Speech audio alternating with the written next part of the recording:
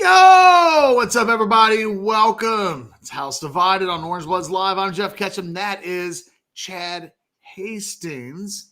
Hey, I got the names right this time, Chad, because I wasn't so successful in the morning. Shout out to Anwar Richardson, who only wants better of me, and so do I, Anwar. Like, comment, subscribe, do all those things. Get into the specs chat. Chat with us for the next hour-ish or more.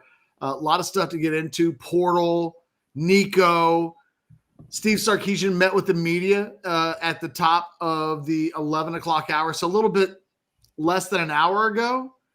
Some interesting comments, Chad, in terms of names that stood out from Saturday's scrimmage. He made a point to reference new or developmental players. Okay. Which I think is really interesting because then sometimes it's not as much about who he singles out as much as who he doesn't. Do you want to play the who got shout outs and who didn't get shout outs game? Of course. Are you kidding? It's April. That's the one of the best games to play this time of year. Sure. Which side of the ball? Shout out or no shout out? Quarterback. I think there was definitely a shout-out. No quarterback shout-outs that I'm aware of. Damn it. Come on, Sark. Running back. Baxter. No running back shout-outs. Damn it. Come on, Sark. I need some drama. 0 for 2. Damn. Wide receivers. There's no way he didn't give somebody a mention there. Somebody got something. Ding, ding, ding. Parker Livingstone continues to be a guy that is being singled out on a regular basis. Okay. I do think it's interesting that I don't know that anybody else at that position was singled out today. So I think it does paint a picture of who is consistently a guy. And I don't know that outside of Livingstone that there's anybody else that's healthy that's a guy. Tight end. Shout out or no shout out? I'm going to say no shout out. Damn it. True freshman Emery Winston actually got a little bit of love today in that they're working him in 11 personnel. They're working him in 12 personnel with snap availability being what it is. Sarkisian made a point to say that guy's done a good job this spring taking advantage of playing time opportunities that, quite frankly, he probably shouldn't have, but he does. Mental note, right? File that one away. Yep. How about offensive tackle? I'll say no. Doing really well today. You are. You need to now just start going with the opposite of what you. Brandon Baker got a shout out today. Solid start to the week. Yep. Now, look. Again, sometimes it's interesting about who doesn't get their name shouted out as much as they do. And Sarkisian would probably hear us have this conversation and go, this is exactly why I never say anybody's name, because you guys will do exactly this. Well, Sark, I'm sorry. We can't play dumb. Yeah. Well, one of us can. One of us can. But if he goes out of his way to give, and he mentioned almost double-digit names. So it wasn't like he mentioned 2 or 3. Mm-hmm. There is a roll call of names. He mentioned Brandon Baker, but he doesn't say anybody else's name. Does that make you just think, if anything? I mean, not put it in ink, it's definite, but what's instinctively when you hear Brandon Baker got a shout out as a standout at tackle, did anybody else get mentioned? No. The reason I said I didn't think there'd be any is I figured there would be a good kind of status quo position. Everybody would have done fine. That tells me he felt like Baker needed it, maybe needed a mention. Well, for me, his main competition doesn't get mentioned. So if we just focus on what's happening at right tackle, it's been kind of a Brandon Baker, Andre Kojo. Everybody's getting opportunities to work with that group. We know that Brandon Baker is the higher investment. We know they've paid a lot of money to get Brandon Baker on campus, way more so than Kojo would. So, all things being equal, you want that guy to hit because you're paying for it. Right. And also could be a message to the backup by not mentioning him. Sure. Yeah. But I think on some level, it's an attaboy for Baker. It's like a pat on the bottom. And, honestly, all of the names that we'll go through, all of them mean slightly different things, I think, upon interpretation. But in each case, it's like, okay, good. I kind of want to hear that. That's not a bad thing. Let's do defensive tackle, or actually any offensive guards. Offensive center. Let's just bunch them together. I would guess no center and guard comments. Correct. Hey! Now, when you know the full context of that, and that Baker was really, and keep in mind, he wasn't going to talk about Trevor Gooseby today. He was seemingly going out of his way to talk about guys that haven't otherwise been mentioned a lot. Mm-hmm. So now when I say Brandon Baker is the only offensive lineman that got mentioned today, again, feels like a attaboy Brandon. Yeah. Now, defensive tackle. Oh, God. I'm just going to do it out of hope. I would hope somebody got a mention. No. Hero Canoe and Cole Brevard, both transfers get mentions today. Yeah, I would be shocked if there weren't some kind of – because if there's no comment on any of the transfers, then what does that tell you? It would be bad news to be like, none of the guys at defensive tackle showed up in the scrimmage on Saturday. That would be really bad. I'm glad to hear those guys got some love. Hey, and again, every name that's mentioned, little bit of a different vibe, right? What about edge players?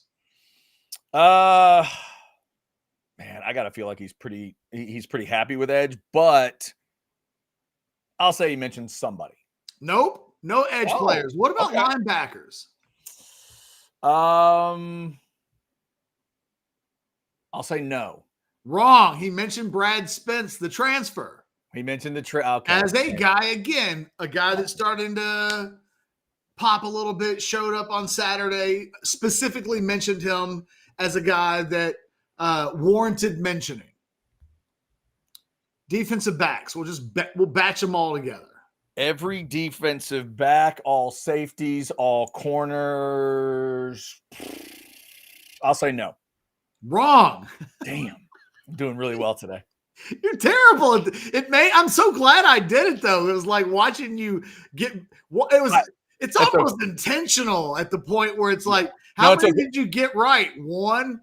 It's okay. There's that thing that happens in a class when a teacher either senses or truly knows that someone didn't study and they go after them to make it an example in front of the class. I swear the last 5 times you've done something like this, that's what it's appeared like, because I've been horrible. So what are you going to do? But it is also he mentions Jelani McDonald and Warren Roberson. Okay.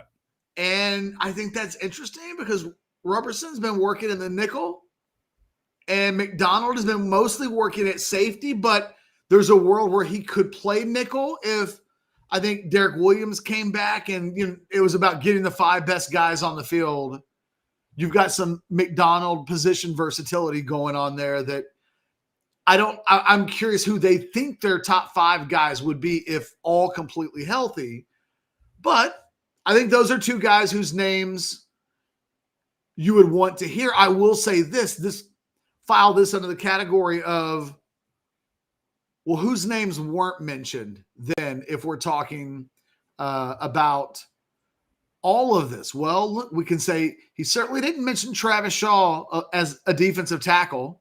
He mentioned the 2 of the 3 transfers. So you'd like to see Travis Shaw's name in there a little bit, if at all possible. I think when you look at the DBs, to mention Roberson and McDonald, but to not say Ryan Niblett's name, to not say Wardell Mack's name, to not say Santana Wilson's name. You know, there are a group of DBs that I think are vying for positioning behind the primary corners. And Gilbo's a starter, Muhammad's a starter, and it kind of remains to be seen what it could be Roberson, but it could also be McDonald. So those two guys, and you know that Michael Taft's going to be one of the safeties, and so then is McDonald a safety, or does either Derek Williams come back, or do one of these other guys? You know, he doesn't mention Xavier Philsamey's name. Again, sometimes it's not as much about the guys that he did mention. It's like, well, he mentioned that guy, but didn't mention his peer who is kind of at the same level, same positioning, trying to make an initial impact. So I don't know, little things to file away. I think there's no reason to completely overreact, but definitely for me, Chad, a set of, okay. Yeah, no doubt. And also, if you want to jump in the chat, feel free. Text guy, you're absolutely correct. It was definitely not. But it also reminds me of why there are some coaches, Sark will do it a little bit, but there are some coaches, Catch, when they get asked about, hey, who stood out? They're real careful about how they answer those questions. Just because of the conversation we just had. They know if you mention them, it might get interpreted one way, but then you don't mention guys, it gets interpreted in a very different, a different way. And he's doing this press event, 2 days before the portal, as Text Guy and others have pointed out to us today. Yes, the portal begins, spring edition, on Wednesday. So the busy week that it's going to be and what you say and don't say is obviously a big deal this week. Well, look, and we can go through each of those positions. We're not going to. I'm just saying we could. And could that have sent a message to somebody at some of those positions? Yeah, man. Yes, no doubt. Yes. Yep. As long as I don't have to guess, we can go through any positions you want. But of course, there's got to be, messages sent. Sailor Joe wanted to know kind of final predictions on the poll. I mean, we'll be talking about this throughout the week, but you laid it out, and in your 10 thoughts for the weekend, I would definitely encourage people to check that out. Hit the QR code down here in the lower left. Get signed up with orangebloods.com. Catch goes position by position on what may be needed, where maybe things aren't needed. And I did find it interesting, Catch, that you seem like you've landed on 2 receivers for Texas. You think that's going to be the number? That's what I've been trying to figure out. I think so. Although I think they're kind of slow playing this cat that visited this weekend, Emmett Mosley the fifth from Stanford, who I think is better than Texas fans realize. I don't think as far as I know, the only 4 freshmen in school history at Texas that had better freshman receiving years than this cat had are Roy Williams, Xavier Worthy, and then the Shipley brothers. That's not a bad list to be a part of. Yeah. I mean, those are the three best receivers in school history. All 3 of them. Roy, Xavier, Jordan. Those for me are the 3. And so that's good company to keep. And even Jackson Shipley was a good college football player. If all you ended up ever being was Jackson Shipley, well, then Arch Manning would probably like that guy a lot. But I think Texas is kind of slow playing it there. Now, are they slow playing it because they think something better will likely be available in the portal? I think yes. Because that kid could have committed to Texas this weekend. Right now, the competition I think Virginia is the only real school that I know that outside of Texas that he's visited. I mean, this isn't rocket science. If you could play catch with Arch Manning, play in a better program, play with a better system, play with a better coach, probably make more NIL money, That's probably what you would do. But I don't get the sense that there's a rush there. And I think that if you're Texas, it may be trying to decide what role would he, because I think the one reservation you would have about him is that his skill set isn't on paper what we think Texas desperately needs. They need somebody to blow the top off of a defense. And that's not what he is. He is a chain mover. And they could definitely use one of those too. Mm-hmm. But I think you'd be disappointed if he was the best guy that you ended up with in the portal, because I don't think he's the guy that we think this offense really needs to kind of fill that explosive vertical passing game threat that we know that Arch Manning wants to partake in. He wants to throw the ball down the field. They lack the kind of vertical passing game threats that they've had in each of the last couple of years. So I think he's a take, because I think he makes you better. He helps you win games this year. But I think, is he your second guy or is your third guy? I think it's fascinating that there would appear to be a taking their time approach to this. It indicates to me on this guy, if you were really worried that there's not going to be talent in the portal, I think you would snatch this guy up. Let's take this question real quick from Vivek. Would the Stanford receiver be a clear upgrade over Livingstone at the very least? I actually think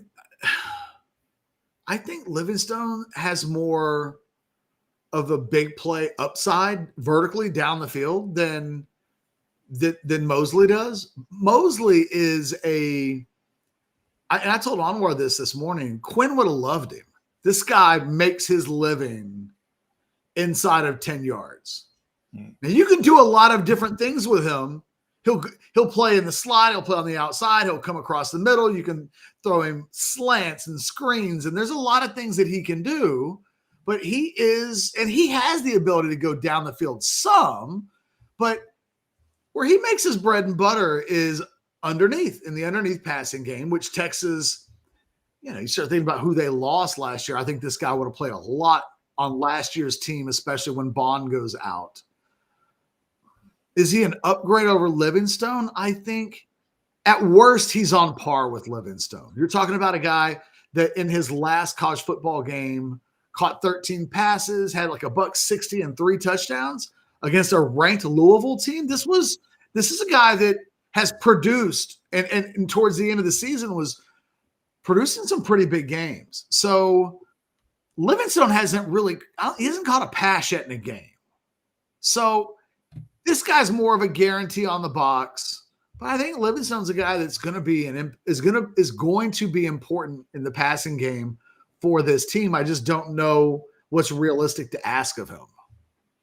If you guys want to jump in the chat, feel free. If you want to give us a super chat, it'll obviously go right to the front of the list. Let's give Hijack Poker a little love. Texas Card House, of course, bringing you Hijack Poker. Online poker's out there for you if you are in the state of Texas. Hijackpoker.com. Put the app on whatever device you want. Get to playing. You might end up at that virtual table with Mr. Ketchum or Mr. Dunlap or our man Tom G or any of the other stars of the Orange Bloods world that end up at hijackpoker.com. Check them out. All right, Ketch, are you in a hijack hand right now? I'm not. No? Okay. Today I realized I just didn't want to give my $10 away. Well, that's a good thing to realize, I think. I can feel that today I needed you needed my undivided attention. Yeah, as we've seen at the beginning of the show, I did need your undivided attention. I needed you to carry the damn thing, as always. And if I'd been playing poker while all that was going on, I don't know what was going to happen. So, Jesus. Who did I Sark still have time. It's still only 19 minutes into the game. So, yeah, that's true. I'm going to say Sark focused on kickers for an hour. If I get the itch, you never know. So when the portal does open on Wednesday, Catch, I am still trying to wrap my brain around the fact that if we have our man Blake, the super producer, make us a new Portal Combat, intro, The issue there for the last couple of days, I've been thinking about, well, who do we put on it? Right? Like there just haven't been any big names, whatever. And then all of a sudden this Nico thing happens. The fact that Nico is going to be on the Portal Combat, deal for the spring, it's freaky to me. It's really, really hard to believe. So Sark was asked about Nico today. Okay. I was about to ask you, what do you think he said? Not going to do it? I can't get any worse. I'm going to say he said they're going to take him. He says, I again, Sark is really revealing in his honesty. Right story, right time, especially when it's not necessarily his guy or his team. I thought it was interesting that he said this was going to happen to somebody eventually. It could happen to all of us, to any of us at any time. And it just happened to be Tennessee. And I thought that is so honest because he's right. That could, honestly, it's one of the things I think NIL people really lose sleep over is, are we going to be the ones that have an embarrassing NIL story that's being talked about nationally? And whatever we think this was for Tennessee, this is not a good thing that's happened to them. It's not. No. It remains to be seen how damaging it will be, but this doesn't help with other big-time recruits. Trust me, there are not 5-star quarterbacks that are out there right now who are thinking to themselves, Tennessee sounds badass. It just didn't help them. No. But it could have been anybody, and Sark acknowledged whoever was going to get put into that situation, it was going to be a tough deal. But he said, I understand where both sides are coming from. So I don't want to say he straddled both sides of the fence, but he kind of did. But I'm not going to bury the player. I'm not going to bury the coach. You can kind of see where both would be coming from. And because you can see where both would be coming from, this was and is going to happen. It happened to them. It could have been us. It's a pretty honest way of looking at the story from his perspective, because I think it would be real easy to pile hop on this, Chad. Because right. I think there's a real instinctive, way to go, Coach Heupel. Way to not say you're not negotiating with the terrorists. Right. Like it's that you don't want to let them take control thing. You don't want to let them hold you hostage. That's how he reacted. I want to ask you, here's what I thought of, Catch. Two stories that happened closer to home. Is this like half of what happened to Kevin Sumlin at A&M?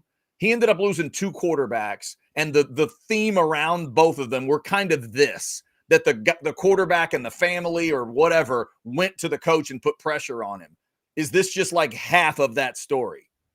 Is this Kyler or Kyle Allen, but not both? It's so different because of the NIL stakes in this. Yeah. The thing that every coach, including Sark, would have wanted from Heupel is, boy, this is the first public moment of this, where Sark's right as it could happen to anybody. Mm-hmm. What every college coach in the country needed was for somebody to fall on the sword. And Heupel did. Heupel took a stand that's easier to say you would take out loud than it is to execute in reality, because they are not a better football team today because of this stand that they've taken. And you could make a case that they were a borderline top 10, absolute, no doubt about it, playoff contender. They made it a year ago. Yeah. They're a contender with a returning starting quarterback coming back who's going into his 3rd season, former 5-star, an NFL prospect of some sorts. So on paper, you can talk yourself into, however valuable you think he is, you could probably talk yourself into a number eventually.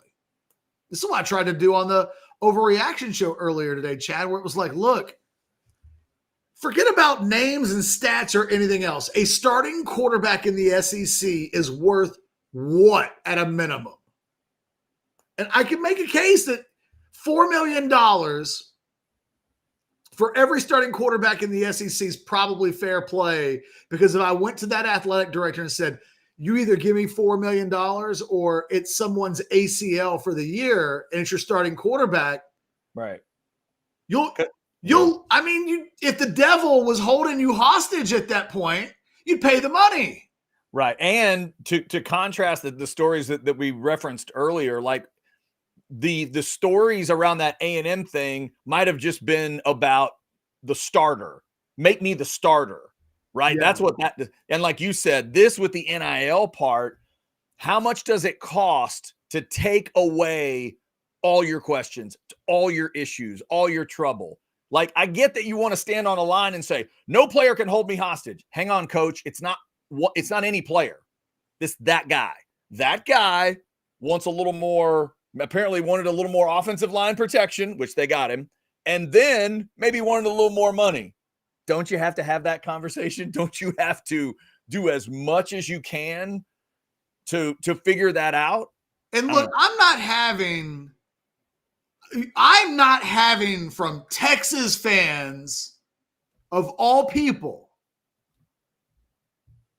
this idea, this notion that Nico's just not any good, because who he is Quinn Ewers. Essentially, he's a guy.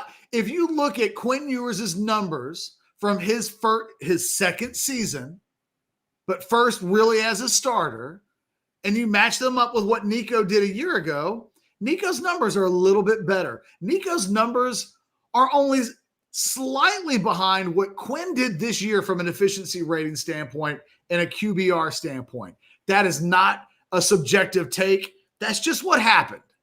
Both of them SEC quarterbacks. We can quibble over, well, one guy had to play this or one. I'll be the first to admit, Nico not good in big games at all.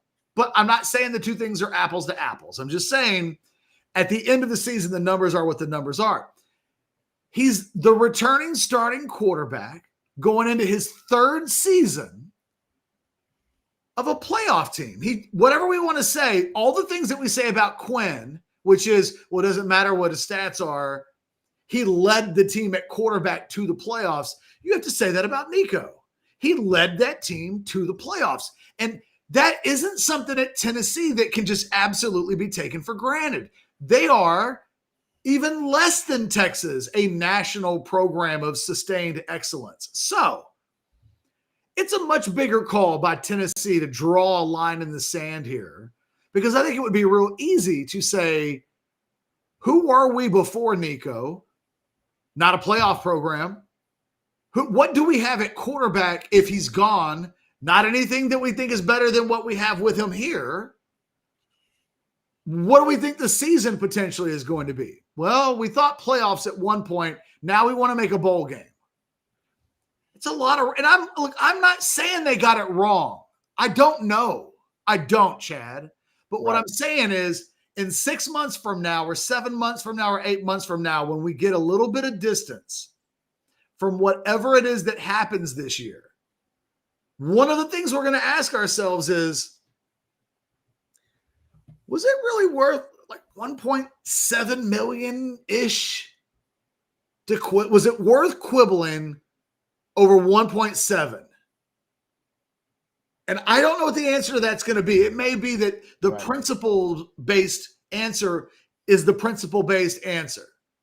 But this wasn't what Tennessee did, that I think a lot of people are going to lose sight of, is others are going to learn lessons from this. And it will be, if I'm going to hold my team hostage, don't sit out. Don't miss a practice. There are ways to do this. There are ways. Mm-hmm. He could have waited till the portal opened up, jumped into the portal, and scared the crap out of Tennessee for 48 hours. And the only way that gets out is if Tennessee, somebody inside the program, tells somebody. So there are ways from a strategy standpoint that this could have been handled. We've seen Texas players do this. And, it's just the strategy left a lot to be desired in retrospect. But, man, are we in February, if Tennessee goes 7-5, we can say, well, hey, you know what? Good on Josh Heupel for being a man of principles. But is this a sport where that matters at all? I was going to say, the dude that sits 8 rows from the top at Neyland Stadium, you think he's going to be screaming, well, at least we've got principles. Because you know what they said that about? You know who they said that about? Charlie Strong. Right. Yeah. Once upon a time when Charlie couldn't do anything right, Texas fans would say out loud, well, the NFL commissioner came down to Austin to talk to him about his 5 rules or whatever the hell it was. Oh, yeah. I forgot about the list. Yeah. Don't hit women. It's just. Wait, hold on, coach. Don't be nice to women. Right. It is so sad that the NFL had to write that one down. Is that a woman singular or all women? All women. Okay. All right. Sorry. Go ahead. What if she's related to you, Charlie? Like, no, NFL, no. You can't do it. But that's the kind of thing that you say for coaches that don't win games. So, it's so I don't know. Look, I think this Nico story, Chad, so interesting, but it's interesting for all of the fallout reasons as much as, when the Cuban Missile Crisis occurred, it scared the crap out of people in real time. You couldn't have known that the political ramifications of such an event would carry on for decades after that. That it would be something that future generations would. All you knew in the moment was, holy crap, the world almost ended. But when it's over, which is where we are now with this story, there is a fallout. And while most people are only going to look at the story on this, I think what happens to everybody? What happens to Nico from here? Does he find, if he lands at UCLA, Chad, which is one of the, seems like dwindling major college landing spots that he has, because there's been some programs that have raised their hands and said, whoa, not us. Yeah. Texas Tech, for instance, is going to roll with Brennan Morton because I don't know why. Are we still pretending that guy's going to be good? I'm just saying, Texas Tech, go sit at the big boy table at Thanksgiving. Don't do this pretend thing with your players. Because I would kind of like Texas Tech to go be the villain of the portal and just splash cash for. I'd actually really respect that from Tech. But if he lands at UCLA, you think what, Chad, for Nico? I mean, you'd pay a little more attention to UCLA than you would have. I can't think of who they would have had otherwise. But it would also feel like he jumped in a little late in the process to me. So what would he need to do for us to come out of that saying Nico won? I mean, on one level, you just need to hear he got the NIL he wanted. That's the first victory. And then on the field, I mean, that's how he wins. He's not going to get the NIL money. He's not. He's taking a loss on that. He did overplay his hand, right, in that this is the wrong time. If this was the 1st of December, Chad, holy hell, there would have been a line out the door to get that guy on some campuses. Yeah, there would have. Hey, Catch, we do have a super chat to get to, but you have frozen here for a little bit. Why don't you jump in and out? I'll pay a quick bill, and we will get you. Look at that. I am frozen. We will get you back in. While Catch is doing that, let me hit you with a little sinus and snoring specialist. I was talking to a guy the other day getting my car fixed, and we were talking. I can't remember how it came up, but somehow he was having trouble sleeping, and he's dealing with a CPAP. Some of you may be in that situation where you've tried a CPAP, it didn't work. He was in that particular moment when I talked to him, but I reminded him that my wife and one of my best friends in the world have both had a rough experience with the CPAP at the start where they were trying to get used to it, but they both love it now. They both love the experience. And one of the things they love the most is they're not getting up multiple times during the night. If you're in that situation, there's a reason that could be happening. When you stop breathing, your body's got to work a little harder. Your kidneys have to work a little harder. And that may be what's causing some of that. So when you talk to Dr. Slaughter at Sinus and Snoring Specialist, talk to him about how you're sleeping or not sleeping, snoring, the sleep apnea, allergies, sinus. They can deal with all of that. 601-0303. You can securely text or call them on that number. You can also hit sinussnoringent.com. Sinus and Snoring Specialists. Feel clear, rested, and healthy. All right, let's see if we can get Catch back in here after a little freeze. Yeah, I think he's back, ready to roll. Catch, we got a super chat in. Let's grab it real quick here from Jared. $4.99. If Arch walked into Sark's office today and asked for $10 million, would he get it?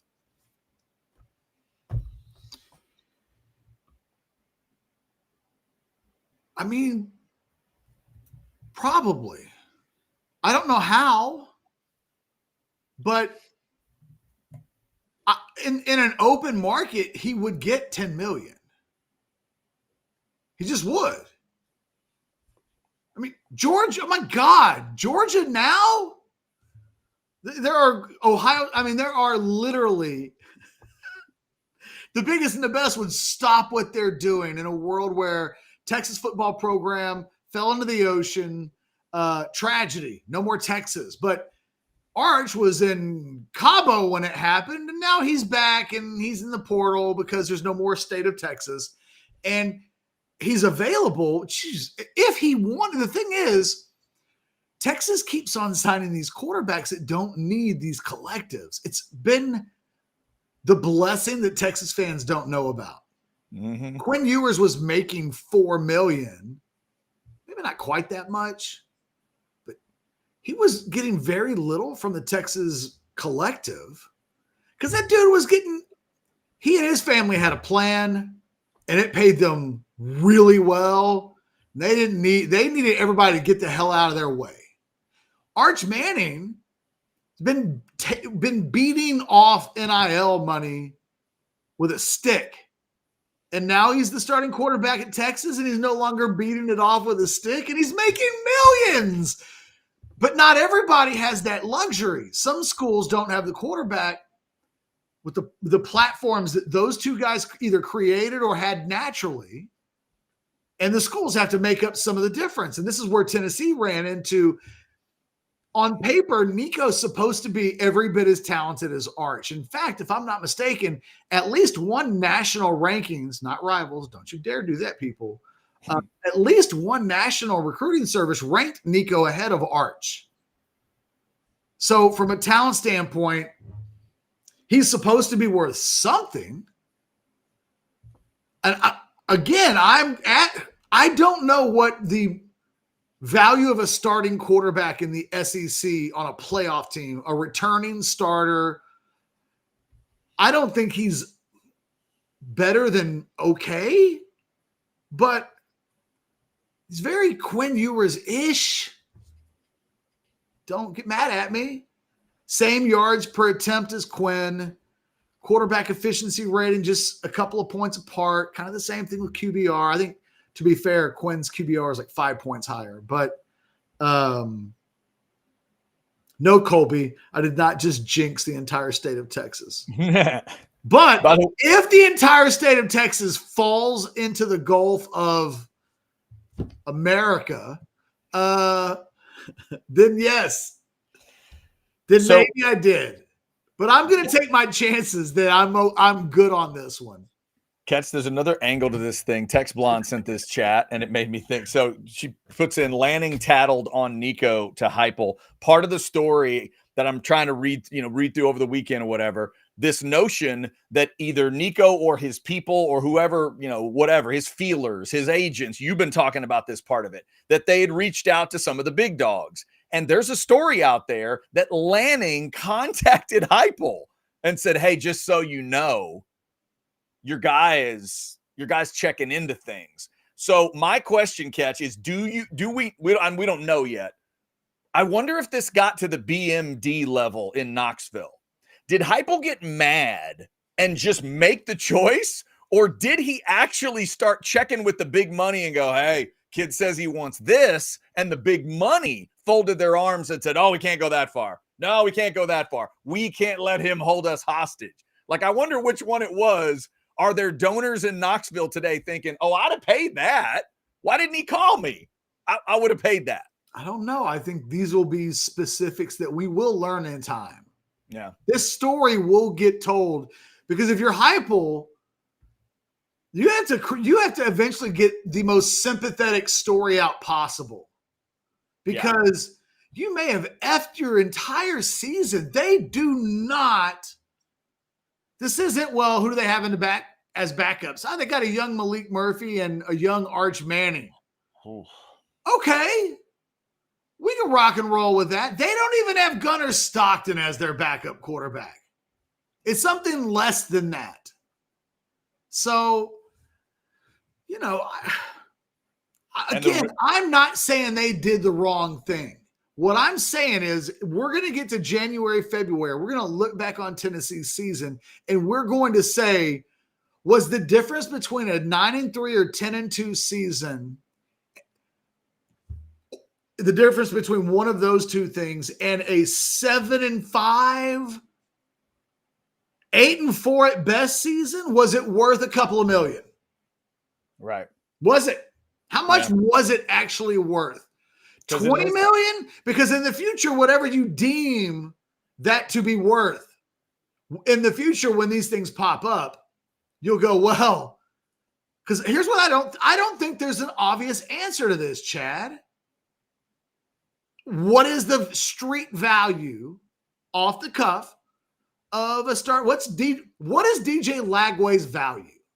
Yeah. Well, and in the case of this one, this is not, not that there's any program in the SEC that wants to be small time or middle of the pack, but Tennessee feels like one of those programs that wants to spend money. They want to be thought of as a big deal. And to your point, trying to prove that they're a big deal.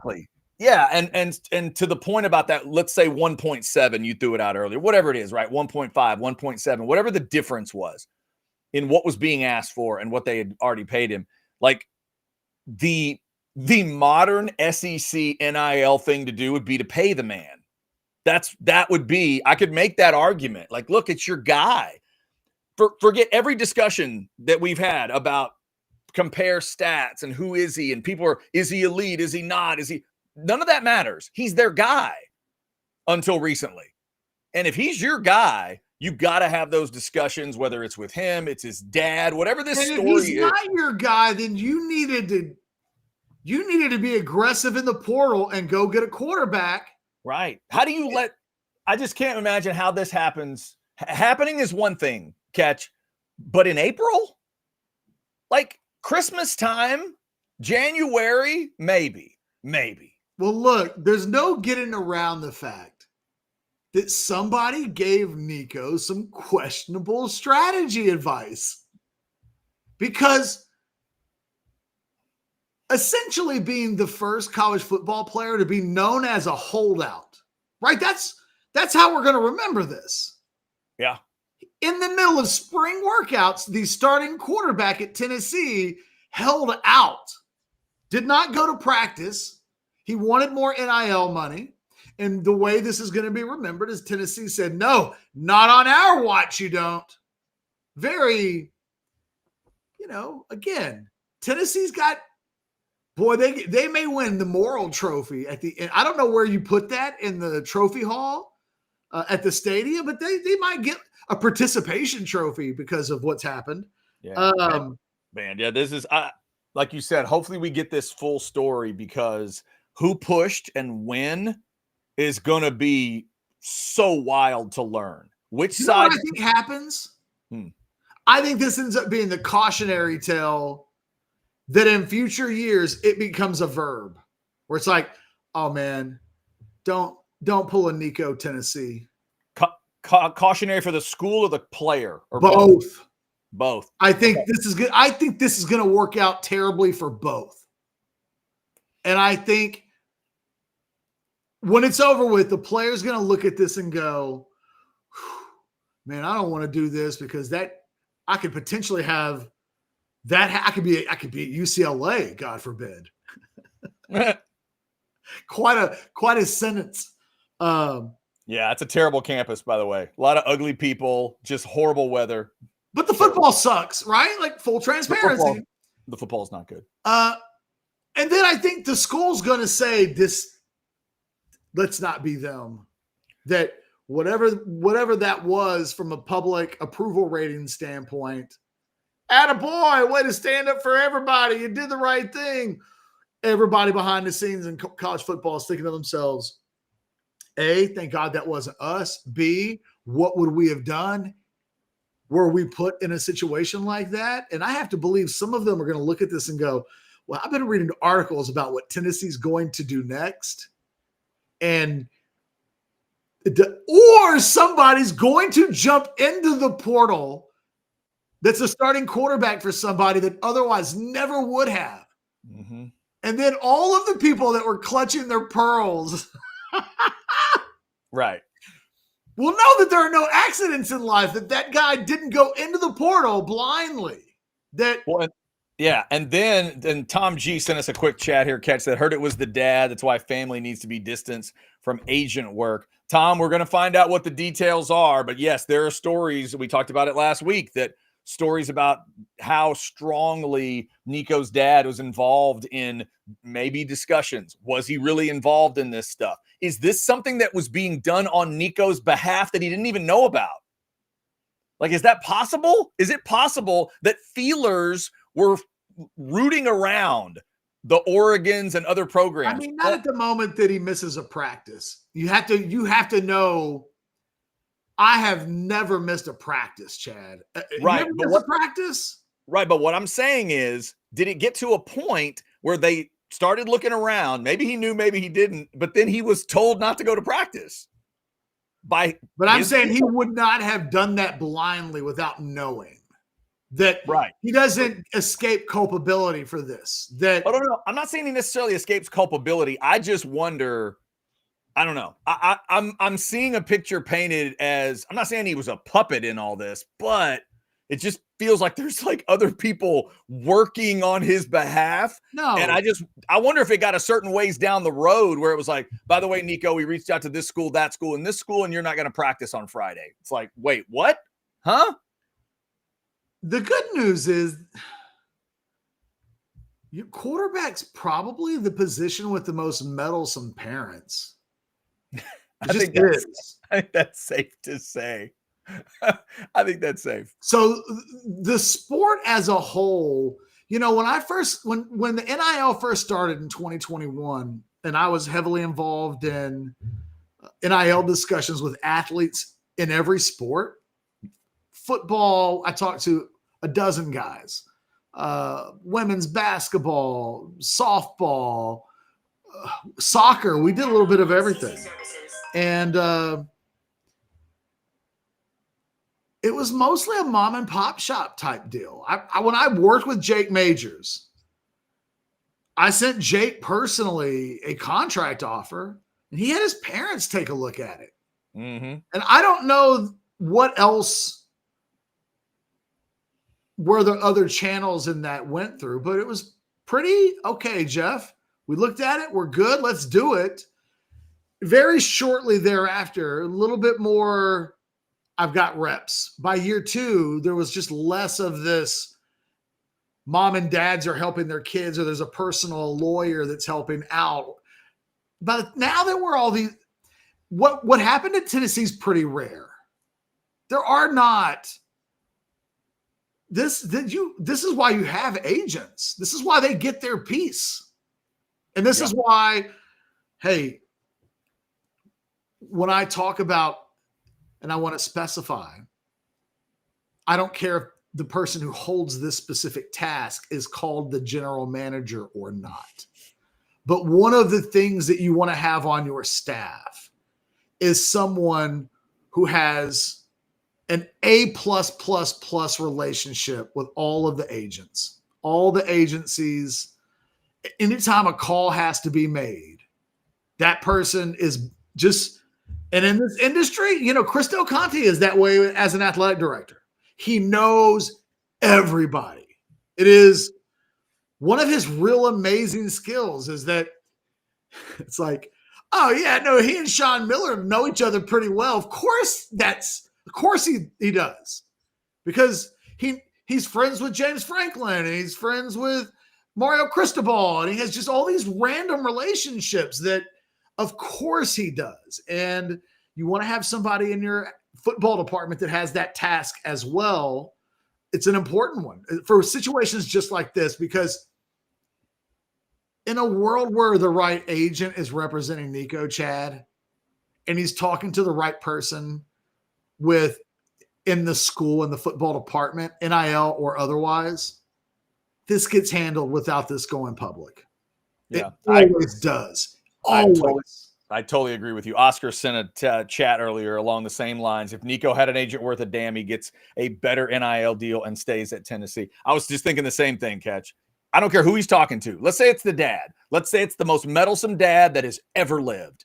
How does that agent not calm him down? Yo, Mr. I will figure this out, but your son needs to wear orange and white. Hey, do you know how we know that Nico doesn't have proper representation? Because all of the players in college football that have proper representation, none of them have done this. Oh my God. Not one player with a certified agent has done this. Yeah, man. I'm not saying again, man, hey, if you're Nico, if you felt like you and your family felt like we had to make a stand and we don't regret what we did, I do not judge you. But man, it comes with responsibility and fallout that you also have to live with. Same with Tennessee. It's the same thing about them taking a stand. It sounds good today. Josh Heupel is college football's most popular person today. He will be lauded everywhere. But will that continue in early October if they are 2-3 or they start out 0-2 in SEC play and the offense is struggling at, wait for it, the quarterback position? So I just think this is a way more nuanced and complicated and interesting conversation. And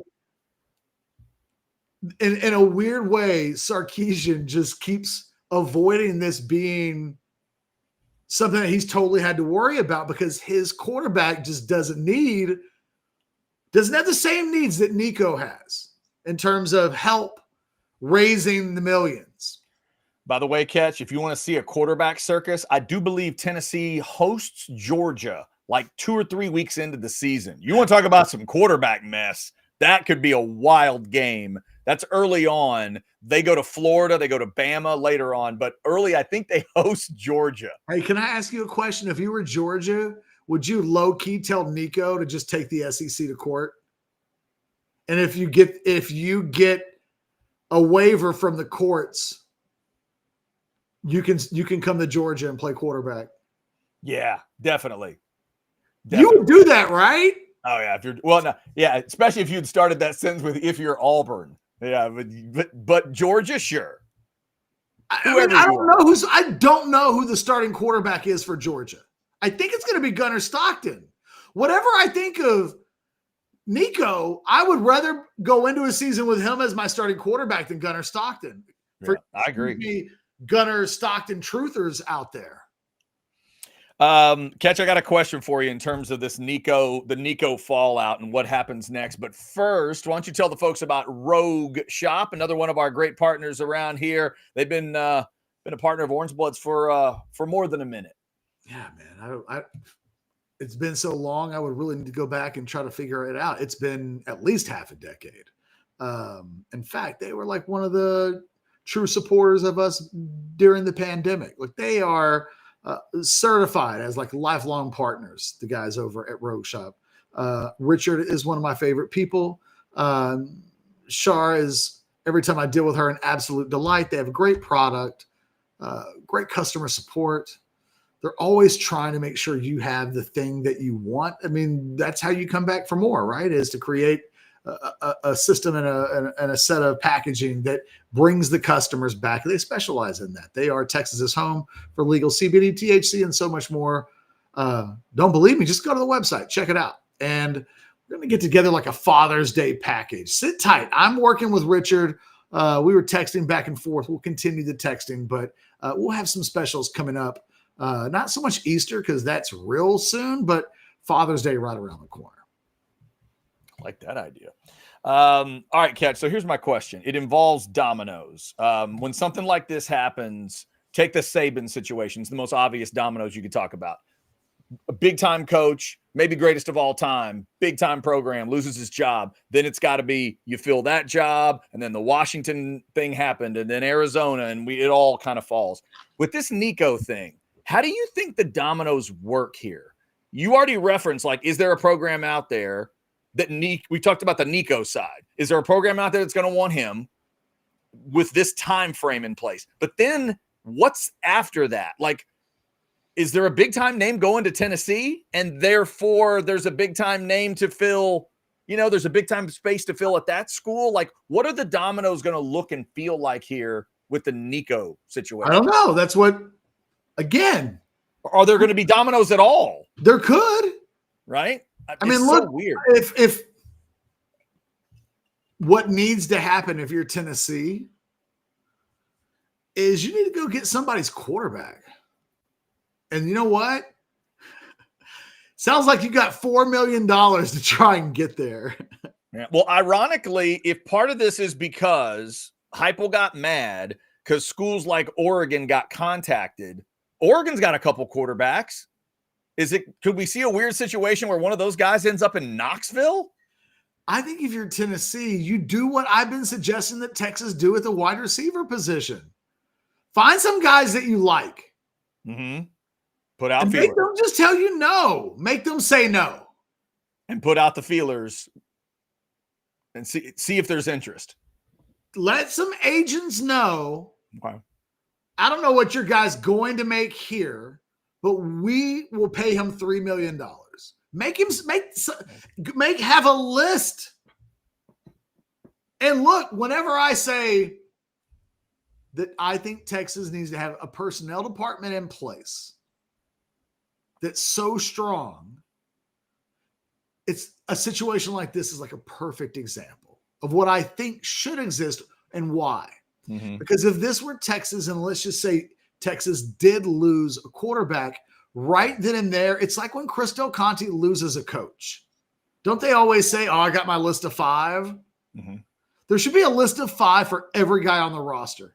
Every time you lose somebody, there should be who do we go get that would replace that guy? If Jahdae Barron a year ago had hopped in the portal, Texas should instantly be able to go to their scouting department and say, who are the guys that profile like Jahdae the best? Who are the guys? Is he at Michigan? Let's go throw whatever it takes. But right. So if you're Tennessee,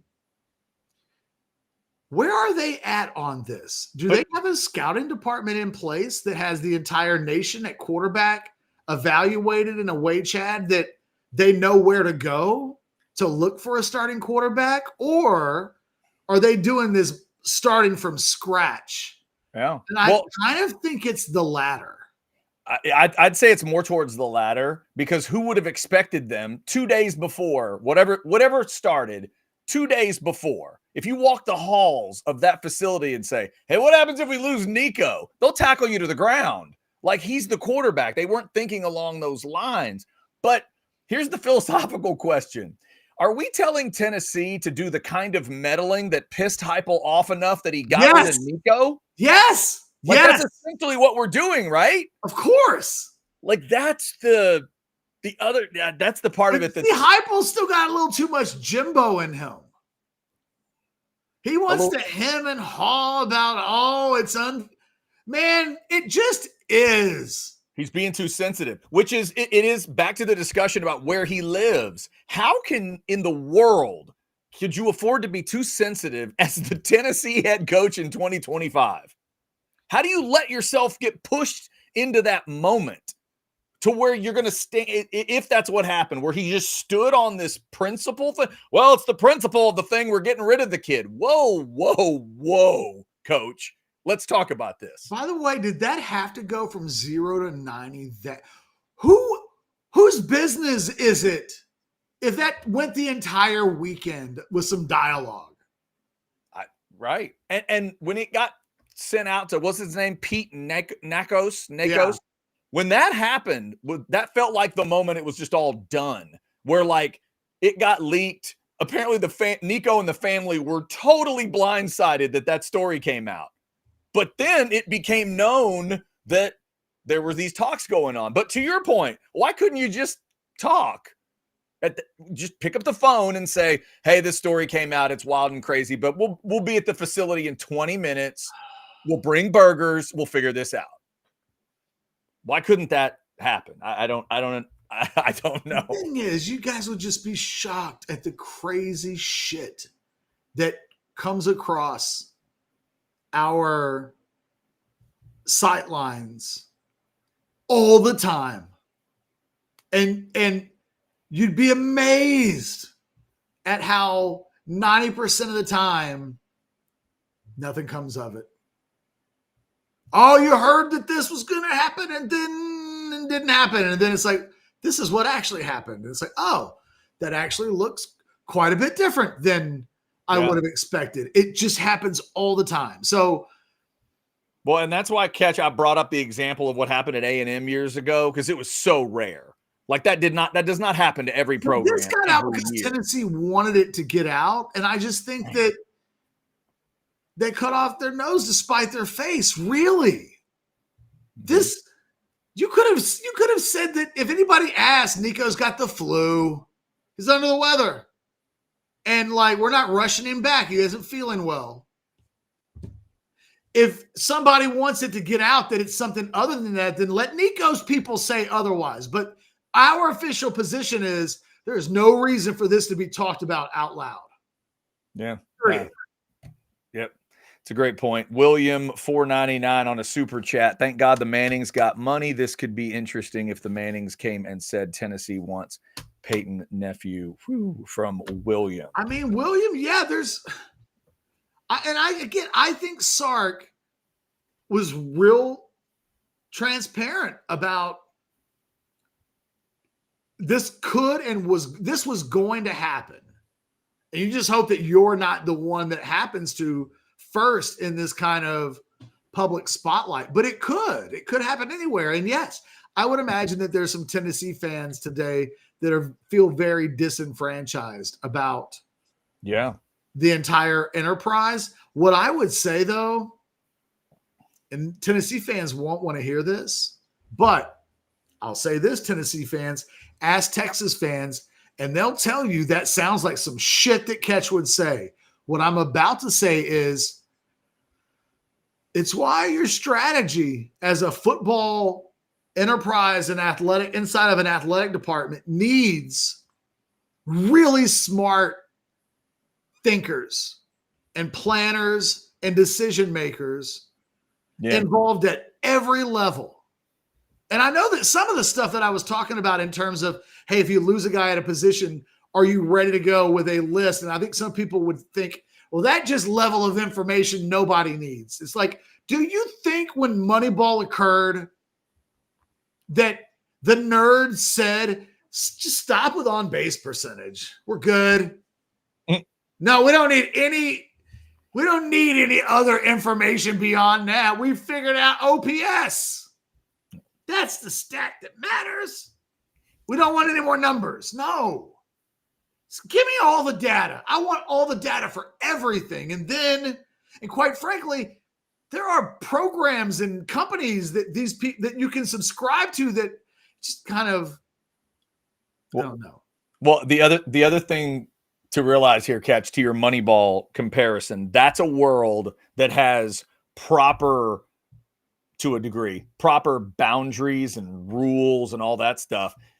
The reason you really got to have somebody going right now in the offices of college football is you don't have the time parameters correct yet. It is free agency, but there just aren't a lot of rules that go along with it, which brings me to this quick question, Catch. If you were Dan Lanning and you found out that Nico was asking questions, would your reaction have involved reaching out to Heupel? It would be if I thought that it strategically made sense. Like that version of the chess here is fascinating to me, because just a couple minutes after we talked about that, we walked right into the argument for Tennessee about, hey, you guys are going to need to put out some feelers. Oh, really? You mean put out feelers like Nico did? Well, yeah, I guess that is what we mean. So you're going to end up doing something that may work against your principles a little bit. That's a pretty wild one to me. Dan Lanning is right in the center of Wild West NIL stuff. For him to pick that phone up, if that's what happened, I promise you there were self-serving motivations there. I would think so, right? There's something about that where he thought, man, we got to take a stand here and let him know just to make sure we cover ourselves. He's been accused of false starts in this whole area.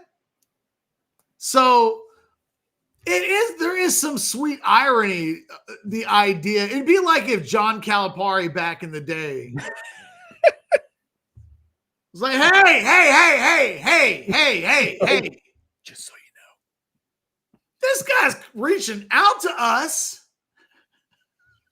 Pearls. Wait, I didn't even know that Cal wore pearls, just on special occasions.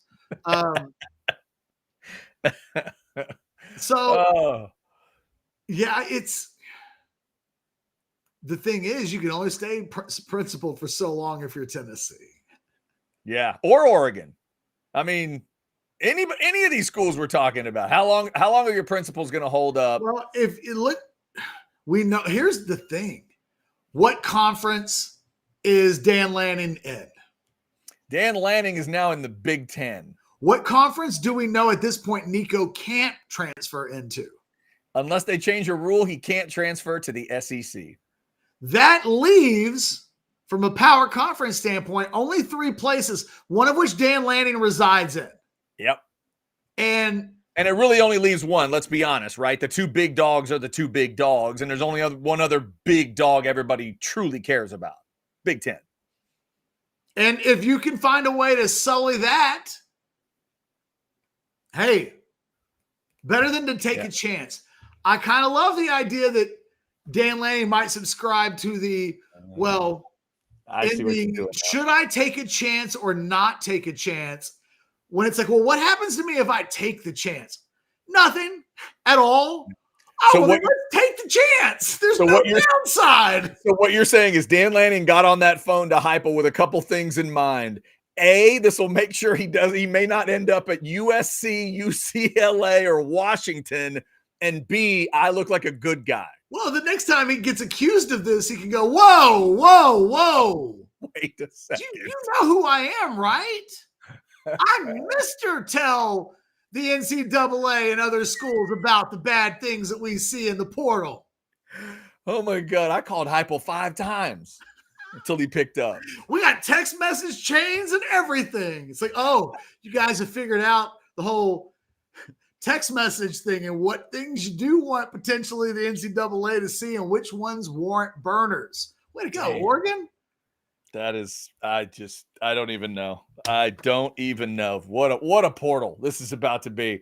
Or maybe not. Like if Nico's destination falls flat, like that's the other part, Catch, for that side of it. For Nico's dad and agent and whoever, what are they thinking today in terms of like you talked the cards you've played?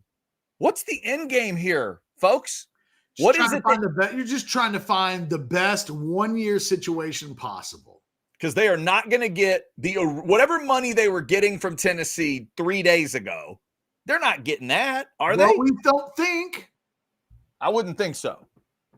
They're certainly not getting what they were asking. Somewhere, probably not. Could somebody offer him 2.2? Yeah, someone in the chat has been mentioning North Carolina. I don't want to kill one of my buy or sell questions, but I could see a guy like Bill Belichick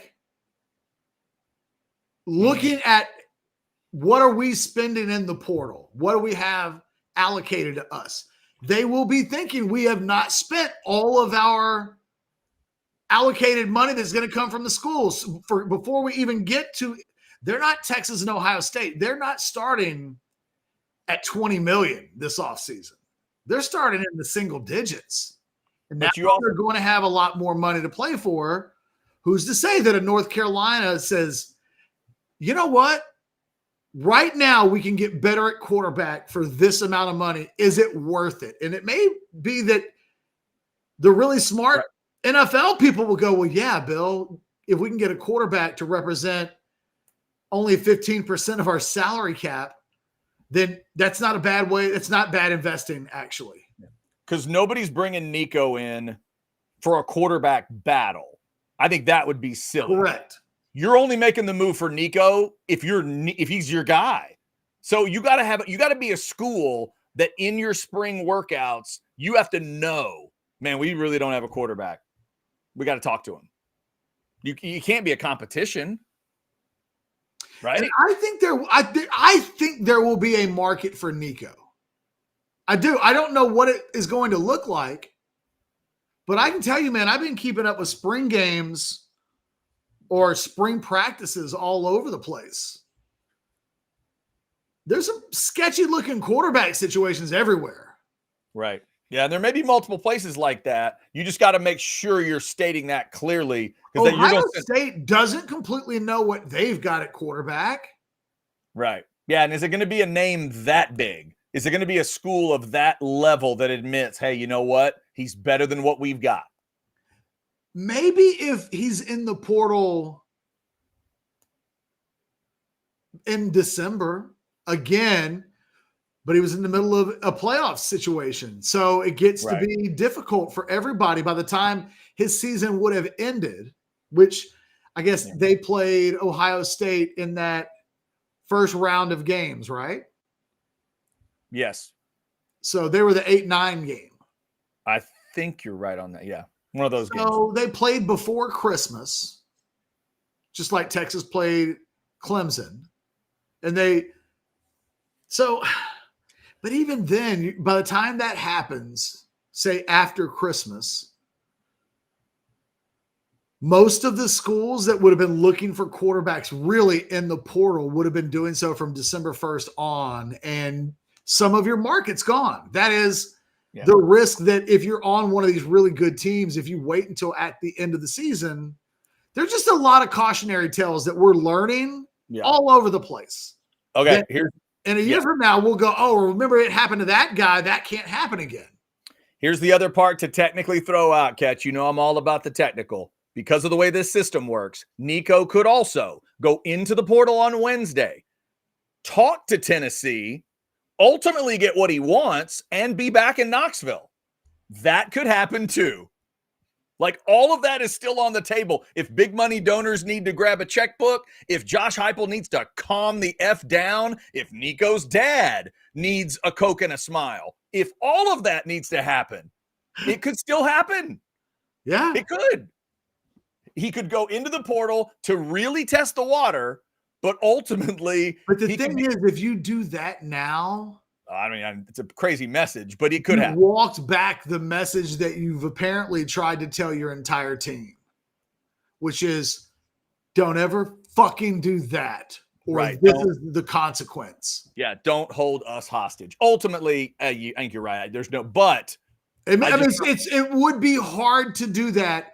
I'm not saying that's the wrong thing to do, Chad. Again, pride is one of those 7 deadlies. Uncle Bob told us that in Urban Cowboy. Yeah. Somebody needs to back down here. If one key player backed down, I wonder. I wonder if they would be willing to have talks, but it may be too far now. Do you remember in Urban Cowboy when Uncle Bob was talking to John Travolta and he's like, cool. "Well, I done lost Corrine. handful of times, pride's one of them seven deadlies. Them seven deadlies. Yeah, it's a solid movie. That's a solid movie. I saw that one on your recommendation. That's good stuff. Was that right before we had the incomparable Barry Corbin on the show? I can't remember the timeline of that. Maybe. I don't know that I survived much longer after that. Yeah. Feels like that was probably on the back end of the Chad and Jeff experience on the radio. Barry Corbin cutting that little tag for us and Mighty Fine Burgers is still one of the greatest things I've ever heard in my life. It should have created a lot more, and it didn't. But it was great. It was fantastic. All right, we got buy or sell coming up here in just a sec. Before we do that, let's say happy anniversary to the good folks at Specs. Here's your celebration spot. Have you heard the news? Specs is turning 63, and we're celebrating you. Whether you're looking for whiskey, canned cocktails, or wine, Specs has it all with Texas-sized savings all month long. Specs. Cheers to save. Yes, indeed. All right, Catch. Anything else we need to hit Nico-wise, Portal-wise, football-wise? Liverpool is 6 points away from the Premier League title. Oh, that's exciting. That's okay. You have to forgive me. I'm a bit consumed today, so best of luck to them. No, we're good. I'm ready for buy or sell. All right, you want to go first or second? I'll go first. Go first. Hit it. Buy or sell number one. Nico is unfairly being painted as a villain in the Tennessee holdout transfer story. I'll buy. I'll do a lowercase buy from what I'm reading. I feel like there's other people involved here, and I'm gonna assume this isn't just Nico as the lone villain. Buy or sell number two. Nico to North Carolina to play for the hoodie. Who says no to that? Buy. I like the idea. I do. I really do. This ACC needs ingredients. This ACC needs stuff. And you got Belichick coaching one of these teams. Him in that Carolina blue is just weird enough. But then think about this. Think about the drastic turn that would be from wearing that loud ass orange of Tennessee to going to the powder blue of Carolina. That is a huge contrast. Isn't that a better platform than Tennessee? Because if you have success there, Belichick gets to be your point of reference to the entire league. Maybe. And he's got, what's his name there, player personnel wise to help you out too. So yeah, maybe that could help. So yeah, I like the idea. All right. Buy or sell number three. OU is a more interesting team to watch in the portal than Texas. Interesting is a lot of heavy lifting there. I'll buy because the gap and the margin, there's so much ground to make up. It is a little more interesting to follow them to see if they're making up ground. That's not what Texas is trying to do in the portal. Texas is trying to tweak. Texas is trying to shine things up and polish things up. Oklahoma's got to get some stuff. So I absolutely buy that. We're at a point now where if I see a guy come into the portal from a school that has a hyphen in it, I'm just assuming Oklahoma's going to be interested in that dude. The Pine Bluff Sooners? Hyphen anything, Chad. Anything. Oh, my God. But yeah, Pine Bluff, that works too. They are interesting. You said it, that word's doing a lot of work. Yeah. You actually answered that question in the spirit of what I meant by it. Yeah. No, I see where you're going there. I think that is a great way to look at that. And if you're a Texas fan, I think you understand the difference there. You do not want your portal to be the kind of interesting that Oklahoma's is going to be. It's not a criticism of anybody in Texas, I promise you. No, it is not. Sark takes that every day of the week. And quite honestly, I don't even know that it's anything negative about Oklahoma as much as transparency and the world that they exist in. That Yeah, you've been using the word realistic, and it's the perfect word to use, man. They're in, they're not in the top of this conference. They're very much not. They were horrific last year. They got a lot of work to do.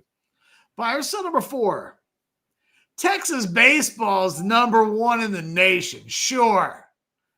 But it's the Aggies' return to baseball greatness that's the real story of this weekend. Sell. I'm not falling for that. Calm down.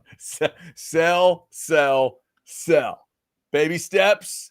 I saw Baseball America before the weekend occurred was projecting that they were still going to make the College World Series. Baseball is a wacky place. I do like the fact that A&M's kind of gotten things righted a little bit. Mainly catch because I just didn't want that series in Austin to be meaningless. It felt like that was headed for just a parade route for the Longhorns. I was at least hoping the Aggies could stand up and give them a series. I feel like now maybe it's got a chance to actually be a little more of a series. But hey, Texas did it again to what we talked about last week. You can't sweep every week, but they came damn close. Win another series. They are rolling. Buyer sell number 5, no hyperbole. Rory on Sunday is your new favorite Masters all-time moment. Over Tiger in 97 and 2019, Phil in 2004, Jack in 86. Anything that you want to pick, Rory 2025 beats them all. Man, that is an interesting one. I love how you started with no hyperbole. That was good. That's very, very nice. I mean, I'll go recency bias and say bye. I could come up with little technical reasons why some of those others might be more impressive because there weren't as many ups and downs. But for just the theater of it all, it's going to be one that's hard to forget. Him screaming on the ground at the end, the misses, the makes, the wedge shots that I still can't understand. I know how I missed those wedge shots. I can't believe he did in those moments. And to get the shot in the playoff, it was incredible. As of right now, it is my favorite. The fact that he got through 11 tries to do that, none of those other guys were even close to that kind of number. He had to torturously get himself through it, and he did. And he got to exhale, man. It was very cool.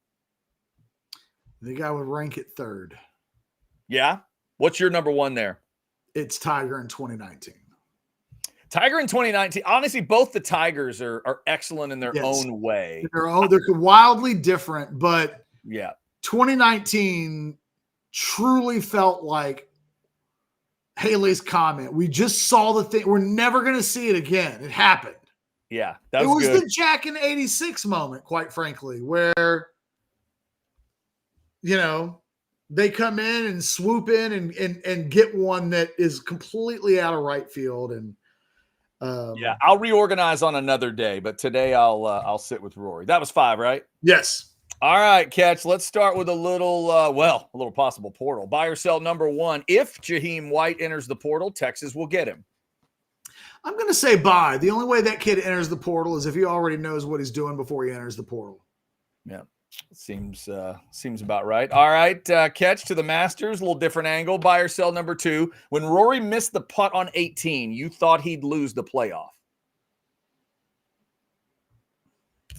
Buy. Because they were going right back to 18. So it seemed improbable to think that he had just missed that putt on 18 to win, to go right back to that hole. I did think that Justin Rose was going to win the tournament at that point. Yeah. And by the way, kids, I put a post on orangebloods.com today laying it out. We got a chance for 2 more to happen this year. Jordan Spieth in May, Phil Mickelson in June. Let's go, fellas. Let's go. Look, I know neither of you are playing anywhere near as good as Rory. I think Phil, before it's all said and done, Phil will give it one more go. But will it be the U.S. Open? That's the question. That's probably. The one he needs. I mean, I don't know. You can't ever tell with Phil. You just can't. I'm such a sucker for it, Catch. That's why it's my favorite right now. I'm such a sucker for the Grand Slam conversation. 6 guys now in golf, only 7 in the history of tennis. I just love that notion of winning all 4, what it takes to win all 4, and Jordan's got a chance. We're back to that PGA. This will be his 9th shot at it. And Phil has had 10 chances to win the U.S. Open. All right, Catch, we got some birthdays to hit. Let's start with this dude. Buy or sell number 3, Pete Rose. Would have been 84 today. Major League Baseball should make him eligible, and the writer should have 10 years to vote him in, followed by the Veterans Committee. And buy. Yeah? I do have a little bit of a problem that Pete seems to be. Can you think of anybody else that has a lifetime ban for anything? Is Pete Rose the worst guy in the history of Major League Baseball? I mean, it's the same. It'd be the same argument. It'd be like the Shoeless Joe discussion. It's about gambling. Those are the guys. I just, at a time when I don't care about beating women as much as they care about gambling, I'm gonna go buy. Yeah, I'm fine with that. Okay. I think a lot of baseball fans might be with you there. I'd love to know. I'd love to know that updated thing. We'll see. There's a petition out there. We'll see if it ever happens. All right, Catch, here's a weird birthday for you. Baker Mayfield is 30 today. I'll get you one more Super Bowl win for the Cowboys in your life, but Baker has to be the quarterback. You'll take it. Buy, duh. There you go. Oh, I'm just making sure, I mean, that just sounds like a Jerry Jones selling of the – I know somebody sold their soul to make that. I'm thankful because I wouldn't sell my soul for that. But if I can piggyback off of that, and it's like, hey, Catch, do you approve of me selling my? Yeah, shit, yeah, yes.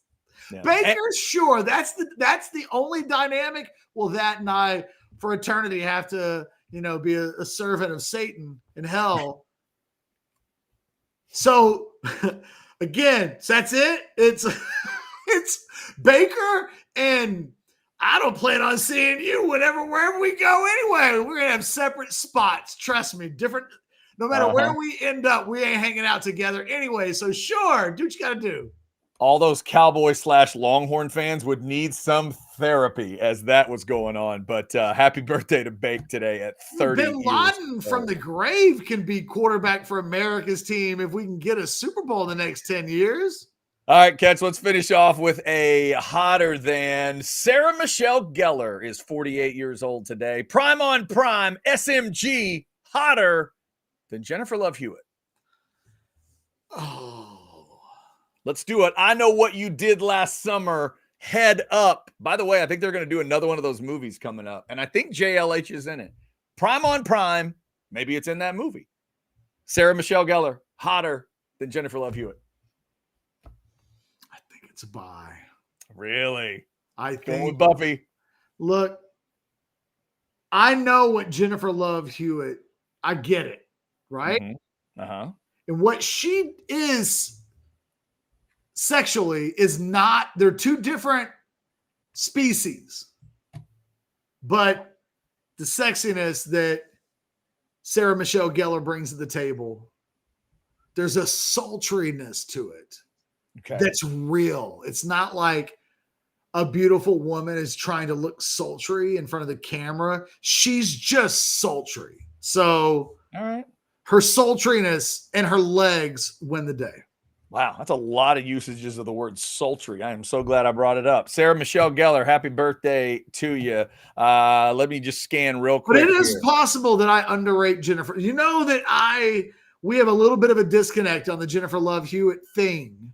Yeah, that's and I may actually underrate her. So I was keeping that in mind as I brought it up. For me, that would be an easy sell, but I knew that you weren't exactly the president of the JLH fan club here, so I thought it might be a buy, and I was right.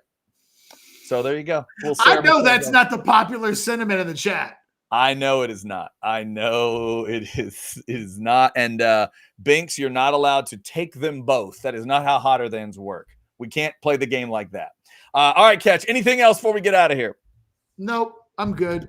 I'm ready to go, just not work for about an hour or two. And maybe can Liverpool get what you want today? Or No. We need 6 points from the last 6 games. Mm-hmm. We just need to win our next 2 games and nice and tidy be done with it. Right. I was about to double check that. A win gets you 3, right? Yes. Okay. There you go. So you need 2 wins in 6 Here's games. the thing. If we can pull that off, we'll get guard of honors in the last 4 games of the season. Mm-hmm. And that's where the opposing team creates a tunnel for you to walk out to, and they clap for you before you play. Oh, dear Lord. Really? It's very condescending. It's very insulting. Not in soccer. They don't. And one of the teams that would have to do it is Arsenal. Their fans have been talking that shit all throughout the season. And you want to see that. I want a guard of honor from Arsenal for the second time in 5 years. Guard of honor. I've never heard of I that. want them to stand out and at attention as the champions walk by and grace them with their presence. Wait, so did they require that of all the teams? Like you don't have a choice of whether you do it or not? I've not yet seen a team turn it down. Wow. It's kind of like not shaking someone's hand after the game. It's viewed as very poor etiquette to not give the champions a guard of honor. Guard of honor. I love it when soccer stands on lines like that on one side and then ends up in all these other weird spots. Like, okay. Imagine that before Ohio State and Michigan played, Oh. that one of the two had already clinched the Big Ten spot, and so the other team had to stand and clap.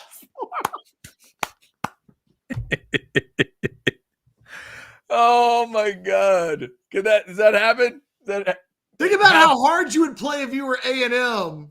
It's like you're down by 14 in the fourth quarter, and it's like, guys, the house divided. If we lose this game, we have to stand and applaud those guys at Kyle Field. No. We are coming back. Oh my God. I did not realize that.